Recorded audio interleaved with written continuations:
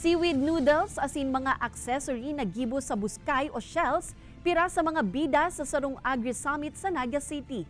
Ang Department of Agriculture nahihiling man sumuot ang dakulang tabang kan pribadong sektor para sa sektor kan agrikultura sa nasyon.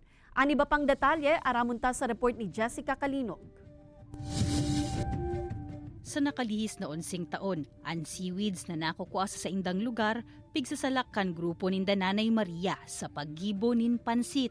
Ang kabangang kilo, 60 pesos nindang pigpapabakal. Duman sa sa factory wala man kami tindahan. Sa mga exhibit lang kami nakakabinta.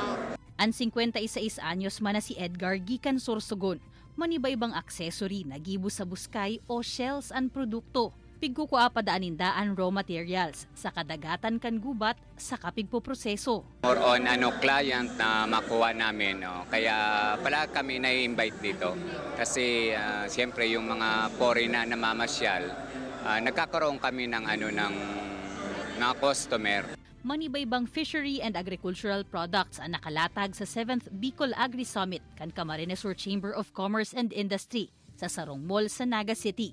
Sigun sa DA, dakulang kontribusyon ang pribadong sektor sa mga paraoma asin parasira, urog na sa pagrealisar kan food security kan bilog na nasyon.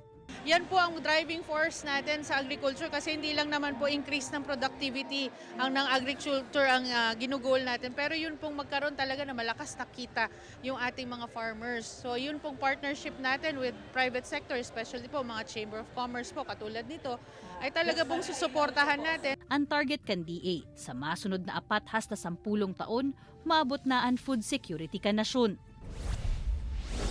Sa Camarines Norte, patukman sa Bahay Anihan Agri-Trade and Artisanal Fair ang mga barato asin bagong mga produkto como parte kan Pinyasan Festival 2024. Kada barangay kan banwaan, igwang sa diring booth para sa saindang kanya-kanyang produkto. Ang artisanal fair naman, binuksan para sa mga micro, small and medium enterprises. Gikan sa manlain-lain na lugar sa probinsya, mahaloy ang nasambitan ng trade fair hasta sa Huring Aldaw, kan Pinyasan Festival.